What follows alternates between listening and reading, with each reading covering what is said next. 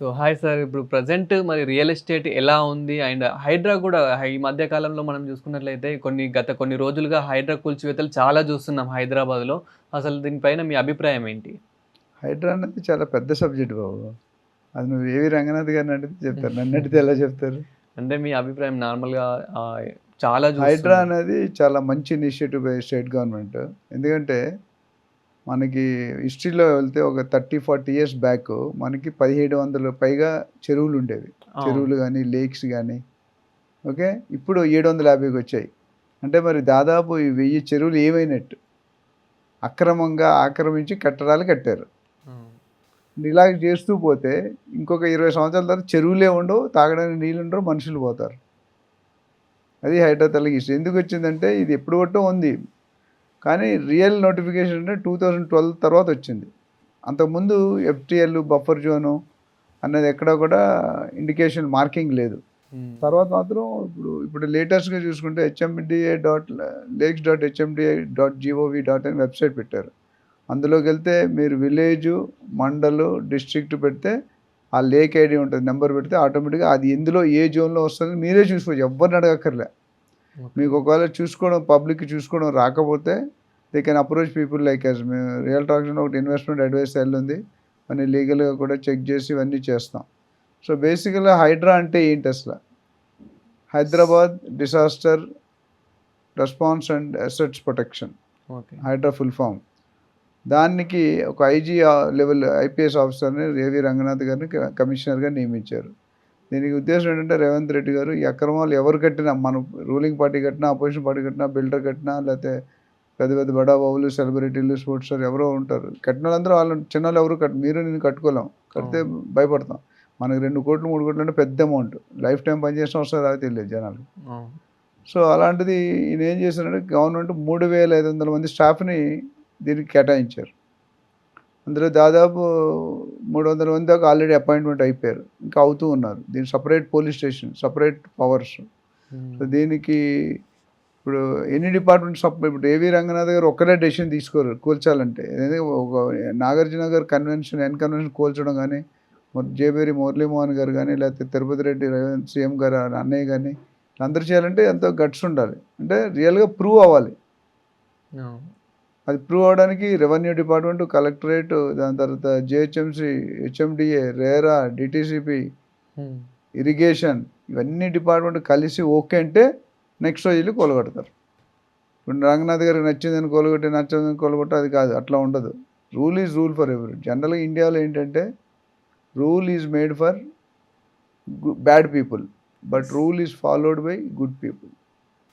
So, అంటే మనకు present వచ్చిన ఇన్ఫర్మేషన్ గూడా ఏంటంటే, ఎన్ని డేస్ మనం ఏదైనా ఇక్కడ హైదరాబాద్‌లో ఏదైనా కట్టుకోవాలనుకుంటే గనక, అంటే మనం విల్లాస్ గానివ్వండి, అదేవిధంగా ఏదైనా చిన్న హౌసెస్, ఇండిపెండెంట్ హౌసెస్ గానివ్వండి, ఇలా కట్టుకోవాలంటే గనక మనం అక్కడున్న ల్యాండ్ పర్మిషన్, గవర్నమెంట్ పర్మిషన్ తీసుకుంటుండే. అండ్ ఇప్పుడు వచ్చిన ఇన్ఫర్మేషన్ ఏంటంటే, హైడ్రా పర్మిషన్ గూడా తీసుకోవాలి అనే ఒక ఇన్ఫర్మేషన్ వచ్చింది.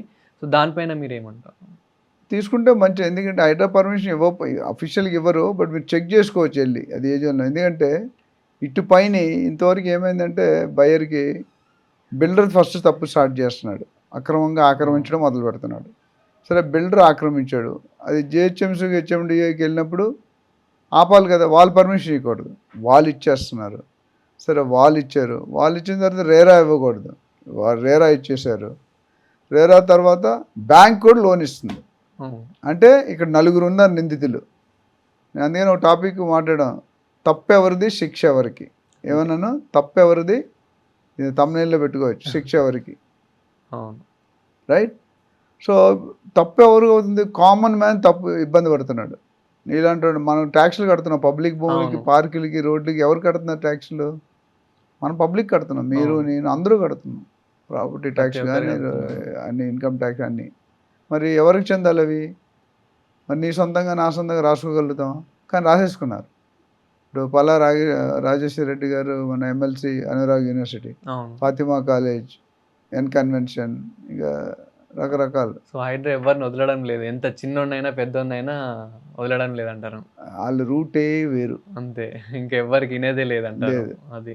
సో, నేననేదేంటంటే ఇది చాలా మంచి స్టెప్. కాకపోతే common people are going to be effect. అది ఎలాగా అనేది ఆలోచన చేయాలి.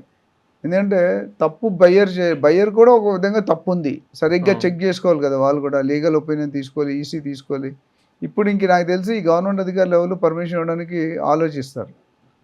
రెండోసారి ఇంత ఈజీగా ఇవ్వరు. ఇంతకుముందు అని డబ్బులు తీసుకున్నాం మాట్లాడుకున్నాం అదే ఇది అయిపోయేది. ఇప్పుడు 1కి 2 సార్లు బయ్యర్ ఆలోచిస్తాడు, బిల్డర్ ఆలోచిస్తాడు, government strategy, GHMC, HMD, DTCP, RERA ఇవన్నీ కూడా ఆలోచించాల్సిన అవసరం ఎంతైనా ఉంది. ఆలోచించుంటే కడితే నా గరక నా ఘాటుగా. ఇప్పుడు చూడు 3 కోట్లు 4 కోట్లు 5 కోట్లు పెట్టి కొనుక్కునే వాళ్ళ పరిస్థితి రోడ్డు మీద ఎవరిని అడుగుతారు డబ్బులు, ఎవరు ఇస్తారు వాళ్ళకి? లైఫ్లో నువ్వు ఎన్నిసార్లు కొనుక్కుంటావు? నువ్వు 50 లక్షలు కోటి రూపాయలు పెట్టి కొనుక్కొని నీ శాలరీ పెట్టి అవ్వదు. పోనీ ఒకసారి ఏదో కనుక్కున్నారు అనుకోండి, అది మీరు కొనుక్కున్న తర్వాత నెక్స్ట్ దాని పరిస్థితి ఎర్రగొడేస్తే నువ్వు ఎక్కడుంటావు? బ్యాంక్ ఈఎంఐ కట్టాలి, నువ్వు రోడ్డు మీద ఉన్నావు.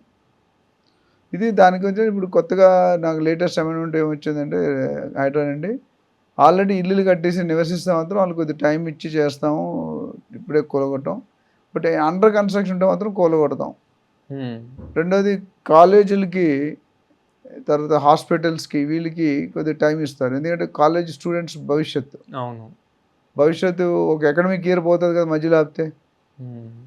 అందుకని వాళ్ళకి కొద్దిగా ఎగ్జామ్షన్. హాస్పిటల్లో పేషెంట్స్ ఉంటారు, ఒకసారి తీసిన పేషెంట్ అంటే పబ్లిక్ లీడర్, స్టేట్ లీడర్ ఎవరు? సీఎం అని ఎవరు అనుకున్నారు? పబ్లిక్. మరి పబ్లిక్కి అన్యాయం చేస్తే ఊరుకోరు కదా. సో దాని మీద కొద్దిగా ఇప్పుడు ఏదైనా ఒక కొత్త పని చేసినట్టు కొద్ది ఇబ్బందులు ఉంటాయి, టీథింగ్ ప్రాబ్లమ్స్ ఉంటాం. ఆ టీథింగ్ ప్రాబ్లమ్స్ మనం ఎదుర్కోవాలి. మొదట్లో అంతా దూకుడు కంటే కొద్దిగా స్లో అవ్వచ్చు. ఇప్పుడు కొన్ని ఎరగొట్టారు, వెనక నుంచి నోటీస్ లేకుండా ఎరగొట్టారు, తర్వాత స్టే తెచ్చుకున్నారు. ఇప్పుడు అది రాంగ్ అని ప్రూవ్ అయింది అనుకోండి, వాళ్ళు కట్టి వాళ్ళు వీళ్ళు కరెక్ట్ అని ప్రూవ్ అయితే వీళ్ళు అడగడానికి ఉండదు. నాగార్జున గారు ఏమంటారు, నేను పట్టాలు ఉన్నాయి, పర్మిషన్ ఉన్నాయి, స్టే ఉంది అని చెప్పారు, కానీ అది అవ్వలేదు కదా. సో ఇవి ఏంటంటే but what ever it is, ఆ రూల్ పెట్టడం అయితే మంచిదే, పబ్లిక్ ఇంట్రెస్ట్ ఇవాళ కాకపోతే రేపటికైనా. దీనివల్ల అట్లీస్ట్ ఫ్యూచర్లో అక్రమ కట్టడాలు ఉండవు, కన్స్ట్రక్షన్ ఉండకపోయినప్పుడు ఏమవుతుందంటే వాళ్ళకి బయ్యర్ సేఫ్ ఉంటాడు, బిల్డర్ సేఫ్ ఉంటాడు. ఇప్పుడు గవర్నమెంట్ ఆఫీసులు ఎవరైతే పర్మిషన్స్ ఇచ్చారో వాళ్ళందరికీ నోటీసులు వెళ్ళాయి, వాడు ఉన్నాడా, రిటైర్ అయిపోయారా పక్కన పెట్టి, రిటైర్ అయిపోతే ఏం చేస్తారు? అంత అక్రమంగా ఇవ్వకూడదు కదా. ఇప్పుడు ఎఫ్టీఎల్ అన్నది full tank level buffer zone అన్నది.